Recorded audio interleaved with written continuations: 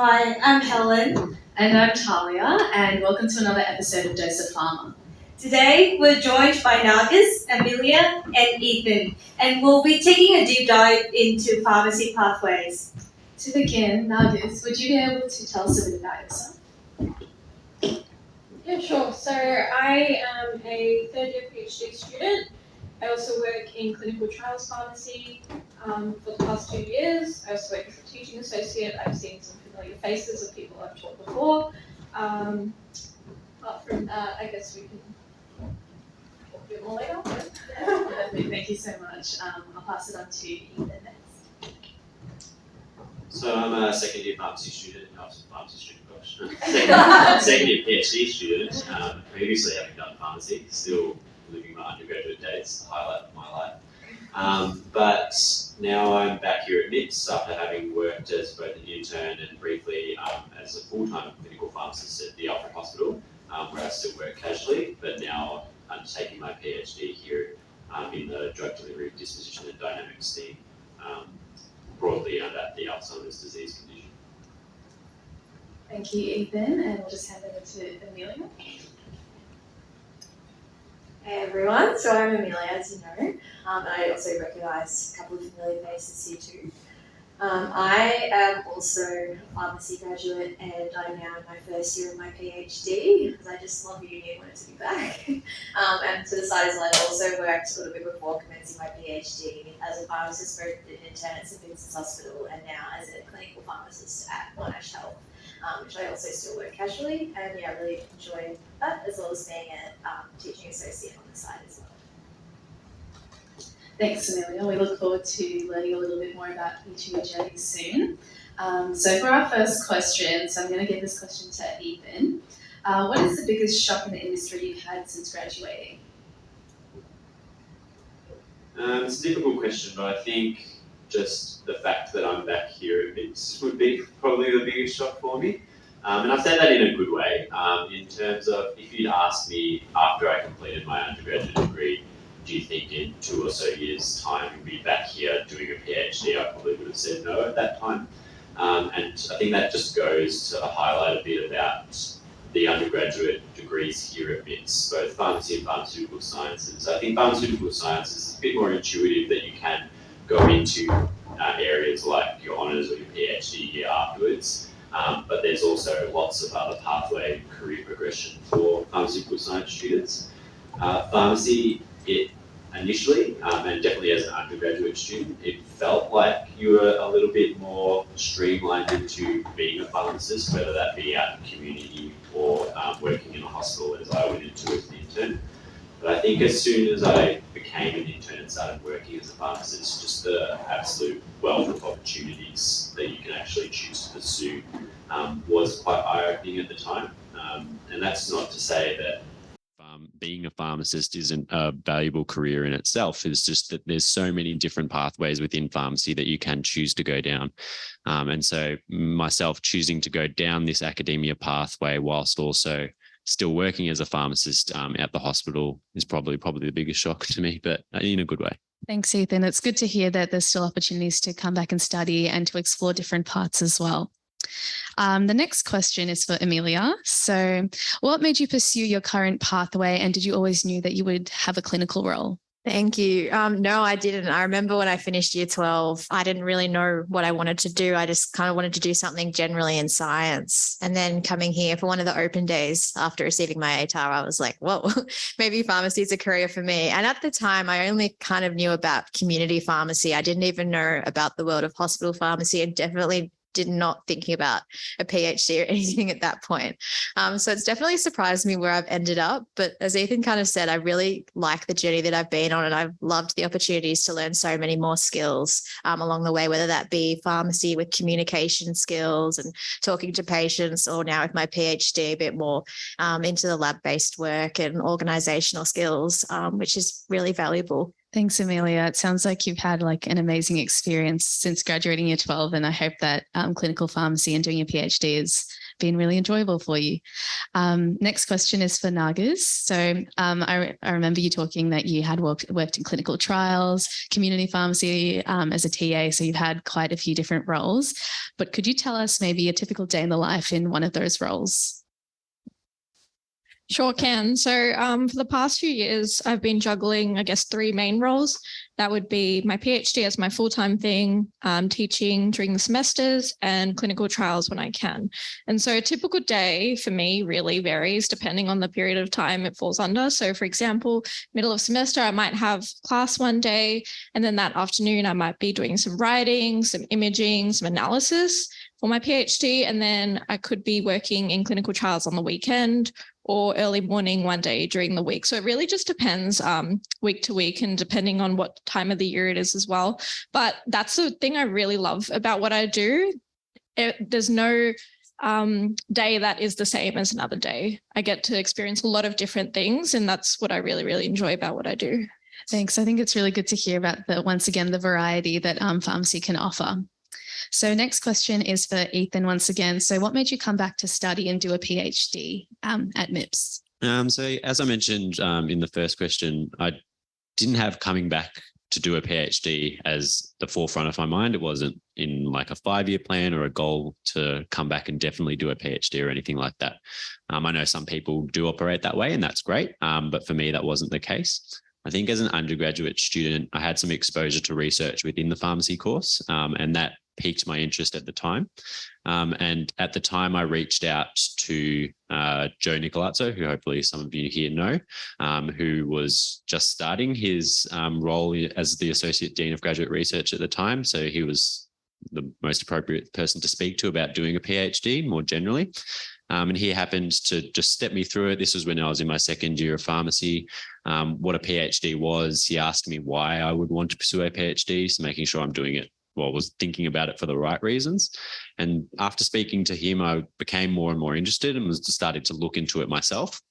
I ended up getting to the end of my 4th year of pharmacy and was faced with that decision. Do I go straight into a PhD now, or do I go out, do my internship, become a registered pharmacist? And I do enjoy being a pharmacist, and I do enjoy working in the hospital with patients. So I knew that I wanted to do my internship, become registered pharmacist, and use all of the learnings that I had over those previous 4 years in my undergraduate degree to actually go out and help patients at a direct level.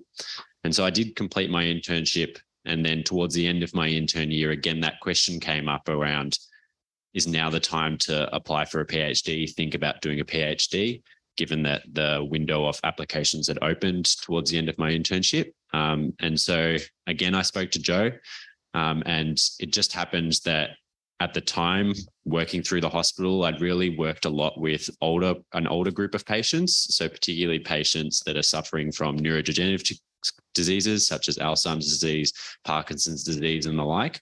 And I'd gotten an interest in that general area and was looking for a research project that happened to be based in that area as well. And fortunately for me, Joe's lab essentially looks at neurodegenerative diseases. And so it was just a nice fit at the time that he was looking at something in that area that I was also interested in.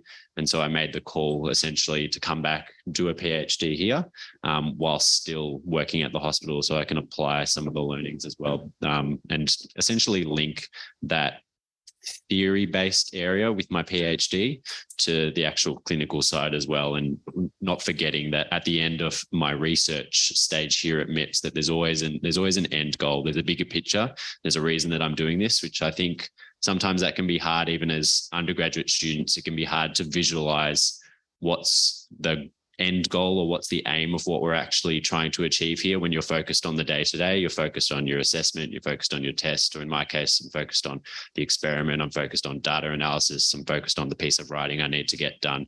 But at the end of the day, there's that higher goal, there's a purpose for what I'm trying to do, and that's essentially to improve patient lives. So that's kind of the reason I came back, is to try and improve patient lives on a global scale. Yeah, thank you. That was a really good point you made about the day-to-day and then focusing on the bigger picture. It's great to hear that academics like Joe can be like really helpful, and that sounds really great. I'm going to pass it over to Helen now to talk about some questions regarding employability. Just out of curiosity, Amelia, because you said that before you couldn't even imagine yourself doing your PhD and then even do hospital pharmacist. But what made you come back to uni and start your PhD? Thank you. Mine was very kind of similar to Ethan's response, except I didn't really find out about the research or PhD pathway until much later on in the degree. So in fourth year, we do a big research component now that's part of the new combined master's degree, and I absolutely loved what I did there. And it got me thinking about maybe going down that sort of route in the future, but I didn't give it that much thought at the time. I just wanted to get through my intern year and become a pharmacist. I knew that was my top priority as well. And at that time. But then after working as a pharmacist for a couple of months, I then went and again chatted to people I knew at the faculty. So like Joe or Erica Sloan, which you will have maybe for your research unit, and just talking to other people and academics and finding more about what that PhD was like and what that life would entail and what the research kind of experience is like was really important. Because obviously I was a little bit skeptical about setting foot in the lab after coming out of pharmacy degree where you don't really get any lab experience, but I was really well welcomed, and there's such a good supportive network of people here that I think that transition was made much better. Yeah, definitely agree with that, Amelia. I guess in all the transition, whether it's from uni to workplace or back from workplace back to uni, or from pharmacy back into research, there's always heaps of challenges. The next question that we'll want to ask is, what's the most challenging thing in your current job, as well as in getting into where you are right now? And I'll probably Narges. So I think something I've struggled with the most, which is still a work in progress, is dealing with time management. So juggling a few different roles can really be challenging in terms of managing how much time you put towards each aspect. And so to address that with your PhD, you do have your supervisors. I'm in a different lab to these two. I'm in also completely different themes. So I'm in drug discovery biology. And I think having those regular conversations with my supervisors, making sure that I'm going on track for what a PhD should have. So checking in with my supervisors, having a mentor to really help me guide myself through these challenges is really important, but also just being organized. So I think just time management is really the hardest thing, and you can address it by trying to be more organized and I guess reaching out to mentors as well. Yeah. So are there any specific strategies or tactics that you use for time management? Yeah, definitely. I plan my weeks very well in advance. So I often spend a little bit of time each week blocking out time chunks in my calendar for when I want to tackle a specific task, having a to-do list, also having spreadsheets to track my progress on a bigger scale. And that way, because when you're managing such a big project, which you do as part of a PhD, you really need to be able to see the small bits of progress to feel like you're actually getting towards the end. It's a marathon, not a sprint.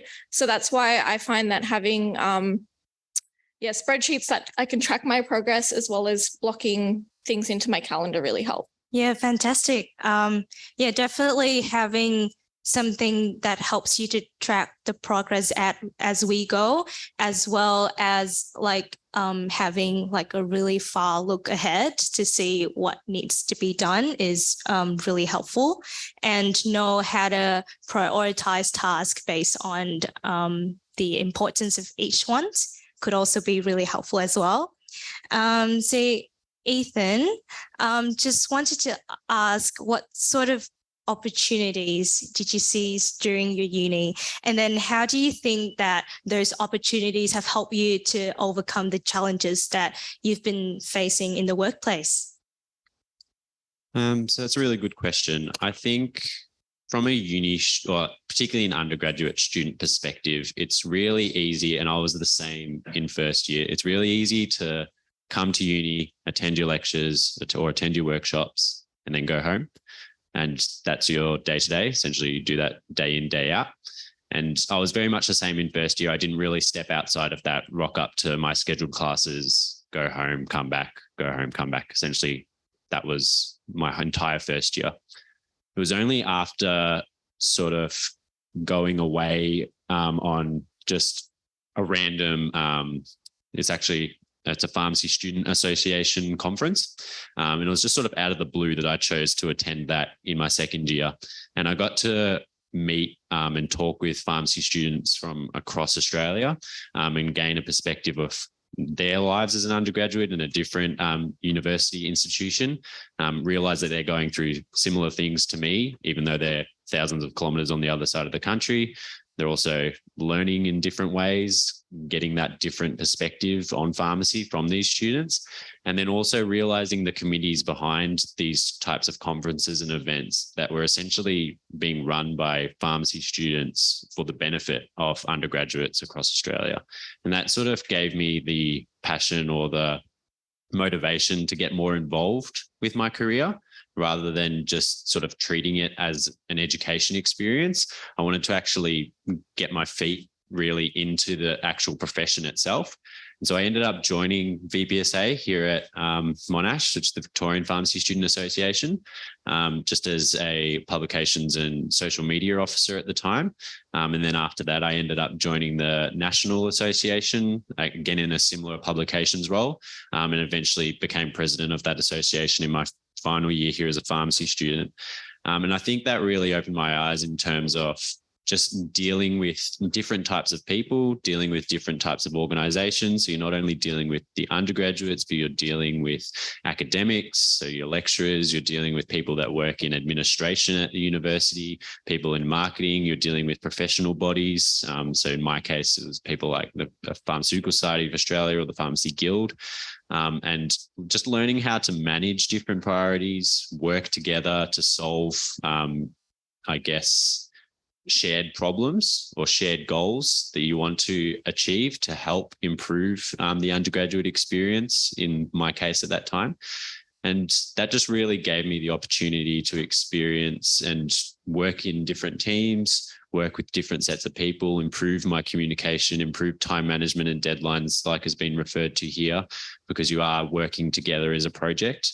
And I think that's helped me in my PhD as well, because a PhD, you're not in isolation. So yes, you're the manager of your project, but I have gotten so much help in just the year that I have been here already, whether that be from other people in my lab, people in different labs, my supervisors, just someone who's in the lab at the same time when I don't know where something is, just asking them where I can find a particular ingredient or a particular piece of equipment.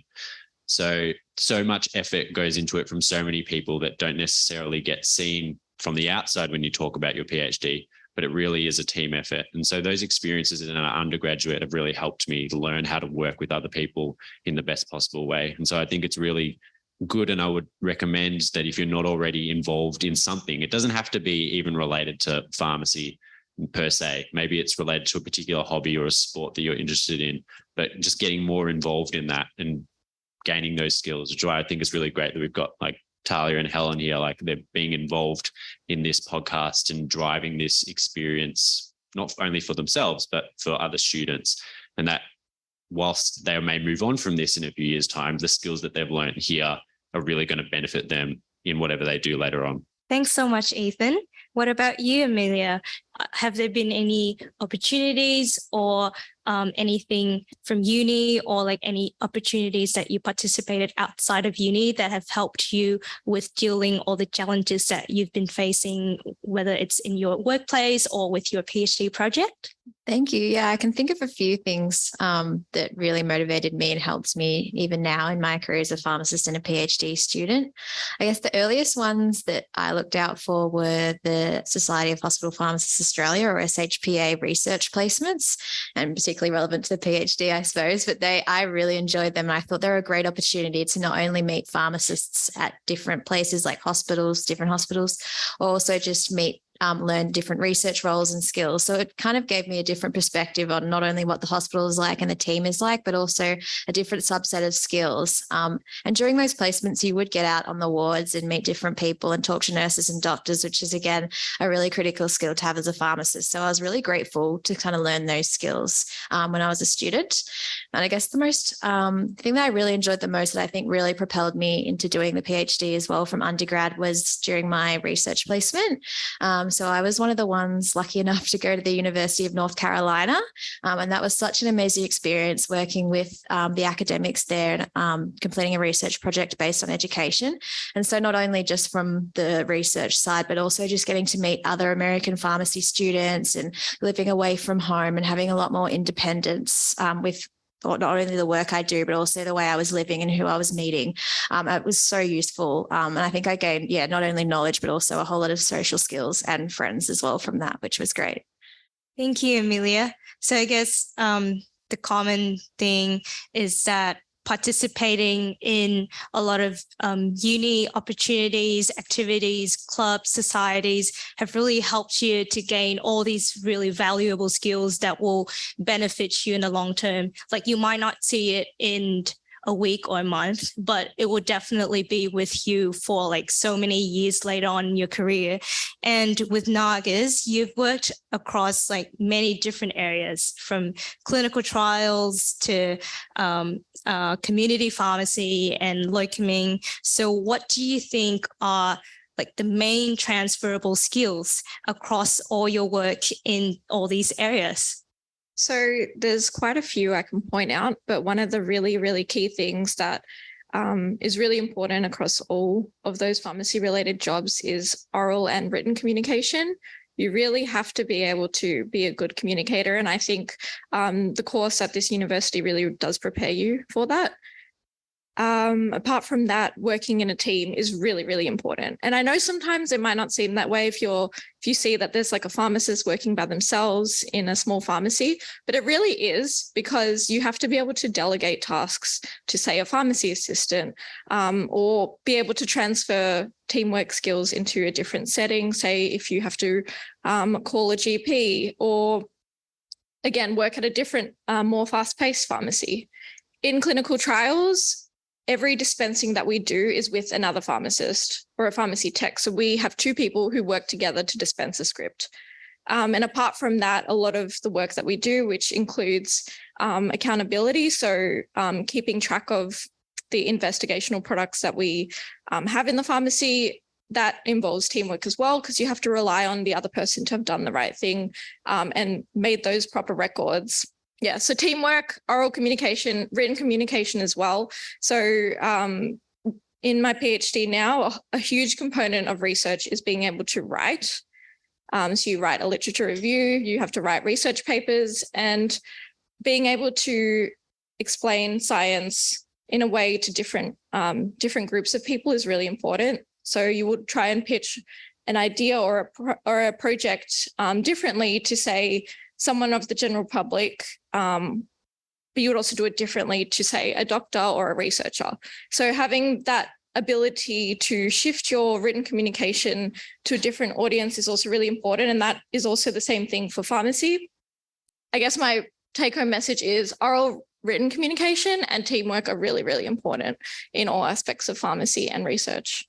Yeah, definitely. Because communication, it plays like a crucial role in not just pharmacy, but anything that we're doing. Because I know for pharmacy, as a pharmacist, you have to communicate really well with your colleagues to do like different things happening in the dispensary or like in the pharmacy in general. And then you also have to communicate with the dispensary tech, and communicate with your customers, and then communicate with like all your clients. So because they're all your support system. Would there be any other transferable skills that you could think of, Nathan? I think those are the main ones. In terms of other transferable skills, I really think it's just the sort of interpersonal skills on a level, and also dealing with conflict and dealing with pressure. Those are probably two big ones, particularly for a PhD. well, it's pertinent for us as PhD students, I suppose, but it'll be a aspect in any career that you end up going through. You're always going to come up against people or colleagues that you don't necessarily get along with, or they don't necessarily agree with on a particular topic. That's just the nature of life. You're not going to get along with everyone that you meet.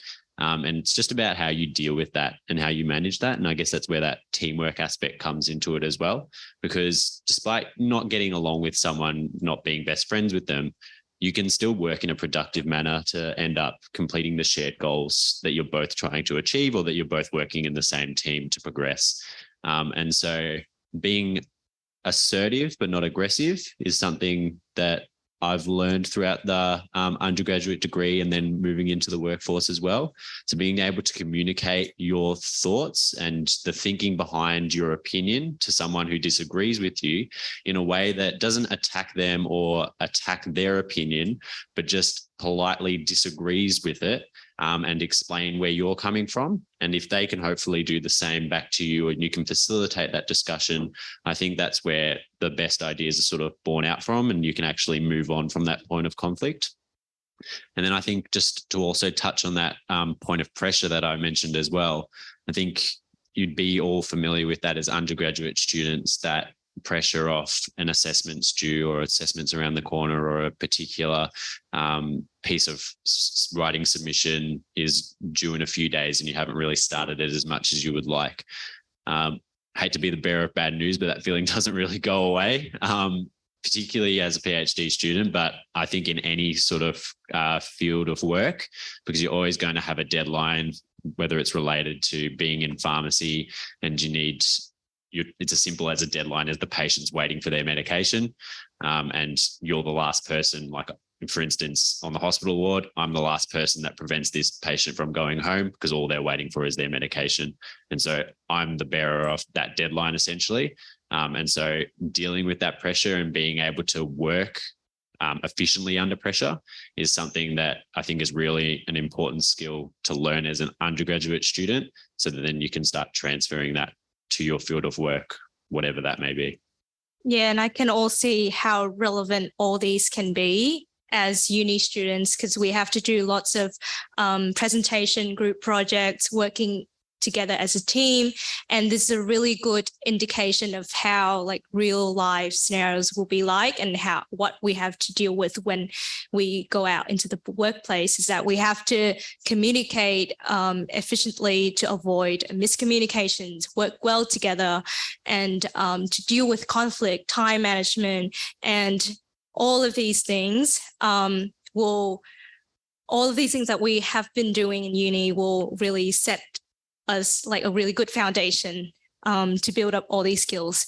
So apart from all these skills and academic knowledge, did you or do you have any mentors who have helped you with your professional and personal development along the way, Amelia? Yeah, I definitely did. So I think especially we're really lucky here at Monash Parkville that we're a nice small niche community. So it's really good to reach out to your friends who look after one another, and also your lecturers and your teaching associates are always really available and happy to help you. So I know even early on when I was a student, most of you who are pharmacy students probably will know about skills coaching by now. And I found that quite helpful just from the perspective that I had someone there who I really respected to reach out to whenever I had any sort of like questions or concerns. So I definitely had a mentor even after skills coaching, and one particular skills coach I really liked, who I could go to even about like problems in my community pharmacy job that I was experiencing or any aspect of that. They were really supportive. And similarly, again, I kind of, would choose, and I'd obviously meet new people in my jobs, and I'd kind of meet people that really inspired me and I kind of look to as a role model. And again, I also went and consulted them when I needed to make a really big decision. So I know when I was trying to apply for internships, it can be a little bit stressful and you kind of don't know what you want to do or which hospital you want to go to or which community pharmacy you want to pick. I really recommend reaching out to anyone else just in your circle, whether it's the pharmacist you work with at work or one of your teaching associates here or a lecturer. They all have a wealth of information and they can really help you and prompt you to go on whichever pathway you like. So yeah, I really value the little community that we have at Monash Parkville. I think it's great. So if there's just one piece of advice that you would give to your student self, what would it be? We'll probably start with Narges. I think go out of your comfort zone. For me, starting my PhD was very much out of my comfort zone because being a pharmacist who didn't have that experience in research and then going into research in drug discovery biology, which is really not close at all to what pharmacy practice is like. It was very much out of my comfort zone. And at the time, I didn't really know my supervisors because I went through drug discovery biology program, which in the first year you do lab rotations and then you pick a project towards the end of that year and a lab. So for me, I was kind of going in not knowing where I would end up. But that was like the best decision I ever made, hands down. So put yourself out of your comfort zone. If there's something you're interested in, give it a shot. Worst thing that happens is you drop out or you don't follow it through, and that's okay. You can continue down the path that you were more comfortable with. But yeah, my piece of advice is just go out of your comfort zone, try new things. Yeah, and generally the worst case scenario that you think might happen probably won't happen. So yeah, that's. Yes, mine is much the same. I know as an undergrad student, I was quite shy. Like I didn't sign up for a lot of the opportunities that were offered to me during my undergraduate degree, not until much later that I started building more confidence. And I really regret that because there's so many cool things to do, like what Ethan did. And yeah, I really should have done that when I was a student. So I think, yeah, don't shy away from things and you will get rewards and grow as a person with no matter what you do. So yeah, advice to myself would be to get more involved with pharmacy and get involved with all the students here because they'll be your colleagues lifelong as well. So you'll be seeing each other in the future and working with one another, which is super exciting. My advice probably wouldn't just be to myself as an undergraduate. It's probably advice to myself now. So maybe we can get it up on YouTube once this goes out and I can just play it to myself. So I actually listen to my own advice for once. But my advice to all of you would be, as hard as it is, don't be scared of failing. And that's advice to myself as well, because I still find that really hard. But the first year of PhD has taught me that a lot, to not be scared of failing. I think at the end of the day, you're all really high achieving students. You wouldn't be here if you weren't, because just being here at Monash means that you're already high achieving. And I think because we come from that background of being high achievers, whether that be in high school or earlier on, that we are confronted when we don't do as well as we'd like, or if we do fail in whatever aspect that it is. But through that, it does become, you do grow, you do learn a lot through failing. I've definitely learned a lot through the failures of my first year of PhD when they've occurred. I think it's really easy. And as an undergraduate student, I used to attend similar events to this, and I'd sit there in the audience as you guys are now, and I'd look up at the panelists that are speaking, and I'd sit back at the end and go, how the hell am I ever going to get to that level? Like what they've spoken about sounds ridiculous to me, and I don't think I'll ever achieve it. Believe me, I was sat about middle over there, right on the wall next to the PowerPoint, thinking the same thing every year for the last few or so years. And now I'm up the front here. I've been up the front in Cossa Hall. I've traveled around Australia as the national president for the Pharmacy Student Association. And all of that still seems ridiculous to me. So as these guys have already mentioned, take on opportunities that come their way.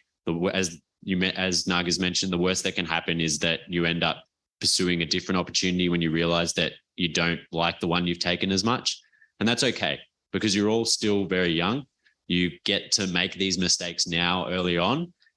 Find out what you're passionate about. Find out what you want to do. Try as many things as possible. Keep trying it until you find something that you like, because at the end of the day, it's about what matters to you. You're writing your own story, essentially.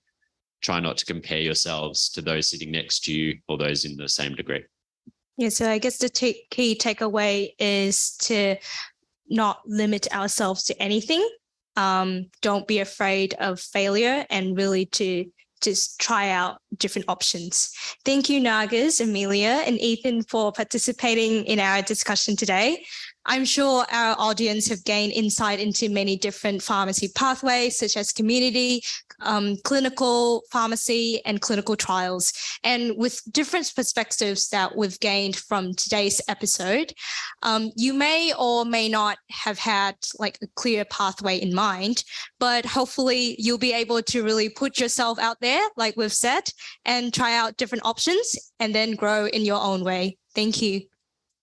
So now we'll be moving on to the Q&A part of the day, where you'll have the chance to take a deep dive yourself, ask your own questions, and explore some of the pathways pharmacy has to offer.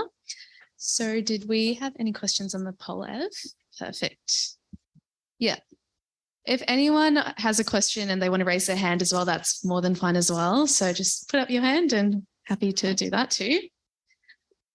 Yeah, question. I liked when you spoke about you value the importance of cross-discipline collaboration. I was wondering if you could tell me about a time where someone's actually came to you about something that you were the SME in. So what was the last bit of that? I just missed that. So like someone's come to you because you're the expert in this. Oh, okay. Yeah. If you'd asked me that as like a pharmacy intern or a pharmacy student, I would go, that's crazy. That'll never happen. But now that happens sort of regularly in my daily life. And that's still crazy to me because I am still relatively young, hopefully. But for instance, on the ward, nurses come up to me all the time asking about drug administration questions. So for instance, on the weekend, I got a question about whether you can administer a particular drug through a line with a particular fluid and whether those two are going to be compatible, because I'm technically the medicines expert on the ward. Well, I am the medicines expert on the ward. So I'm glad that the nurses on the ward feel comfortable coming up to me with those questions. Similarly, I get a lot of questions from the doctors. Can we administer this particular antibiotic to this patient, even though they have an allergy to another antibiotic, for example? What's the dose of the medication of the particular disease that we're going to treat? So from a pharmacy aspect, working as a pharmacist, that happens all the time. So we are the medicines experts as pharmacists. Or the other healthcare professionals, they're very trained in what they are their particular roles. For instance, the doctors very good diagnosticians, the nurses very good in terms of the patient management, patient care, making sure everything is patient-centered from the moment they enter the healthcare system to the moment that they leave. But we come into fore with our medicine expert knowledge. And so I get questions related to medicines all the time. However, it's not just as a pharmacist, as a PhD student, I get questions all the time. And it happened a few weeks ago we have a lab meeting with all the members of our lab about every 2 weeks. And we were talking about different processes for a Western blot, for example. So we look at protein expression and we quantify that by a technique called Western blot. And I'm doing that for a particular protein called P-glycoprotein or PGP at the moment. And I've been doing that on and off for the last year or so. And my supervisor mentioned in the group that because of that, I was now the expert in PGP Western blot expression. And I sort of laughed and I was like, no, I'm not the expert here. And then everyone else is like, no, yeah, you are, because you've done 10, 20 Western blots looking at this protein. So you know the best way to analyze this protein. So it sort of made me sit back and go, well, maybe actually I have gained that knowledge to actually pass down to people. And I do that now I'll get questions from younger PhD students who have started after I have, or the honors students that are within our lab. And so again, it's really about that teamwork aspect. Whether you are working as a pharmacist or researcher, whatever field you're in, you're always going to have that area where you know, or you have knowledge that other people don't, and being able to impart that knowledge. And through communication, as Narges was talking about before, it's great to have that knowledge, but the next really important step is being able to impart that knowledge with the best possible communication method. Anyone else want to raise their hand? Yep. I know Monash offers Master of Clinical Pharmacy with a research degree to be a clinical pharmacist or regular bachelor. I think most of us could answer this, but I've got the mic now, I guess. So you don't have to complete the Master of Pharmacy to become a pharmacist. That's something that Monash.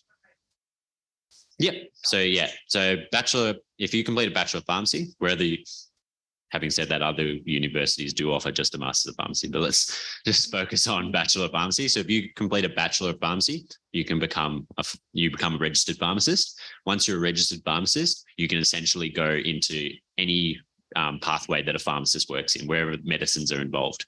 Yes, some pathways may involve additional training. So as Narges mentioned, she works as a clinical trials pharmacist. So no doubt probably would have done additional sort of modules or something related to clinical trials, or am I making that up? The workplace training. Yeah. It is, yeah. We did like GMP training, good clinical practice. Yeah. It depends where you go, but I'm assuming from your question, you want to go into hospital pharmacy to become a clinical pharmacist. Yeah. So I think, well, I can't really speak on that experience, but you just did the university degree, right? Yeah. So.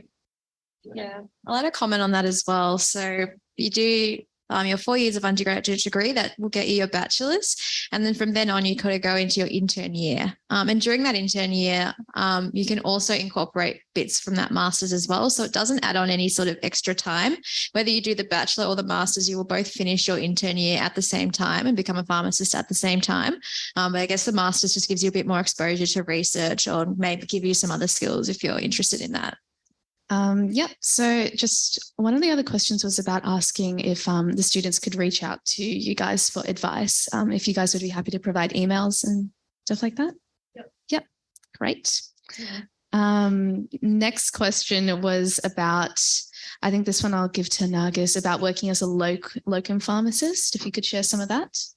Yeah, so I did that for a bit after I first became registered. And the main reason was because I wanted to grasp different get different experience in different pharmacies. And it was really the skills, like I said before, are very transferable.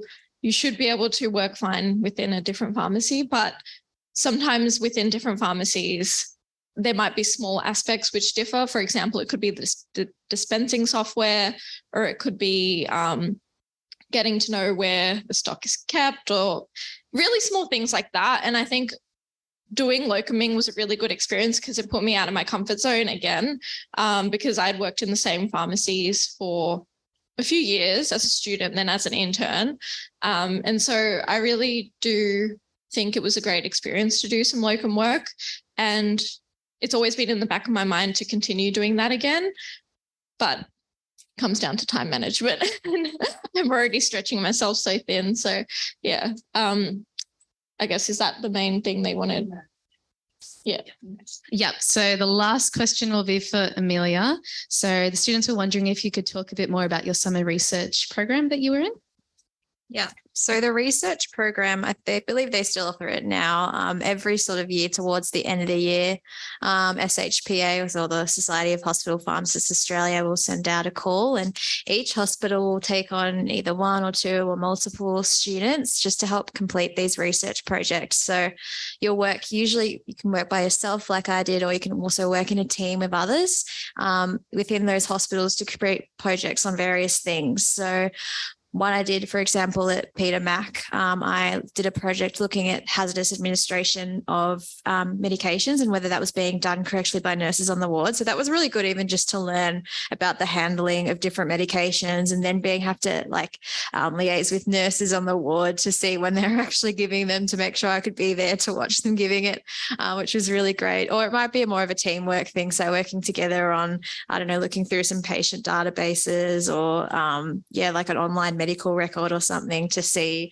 if something was charted correctly, or if there are any factors that contribute towards some particular endpoint, which is also really good. So you'll learn not only about the hospital and work with some really interesting people and pharmacists as well, but you'll learn a little bit more skills about research, and also get to meet a lot of other people. So often you will work with other pharmacy students as well, which will give you great communication and teamwork. Great, thank you. I think I might hand it over to Christine for some final words. Awesome. Well, as Helen mentioned before, hopefully you all were able to gain some insights into, pharmacy and different pathways.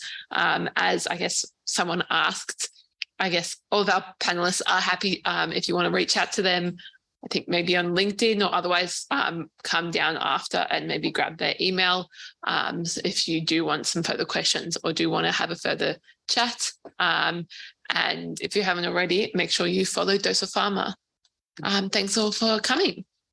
Dose of Pharma acknowledges the traditional custodians of the various lands throughout Australia on which we connect today and pays respect to elders past, present and future.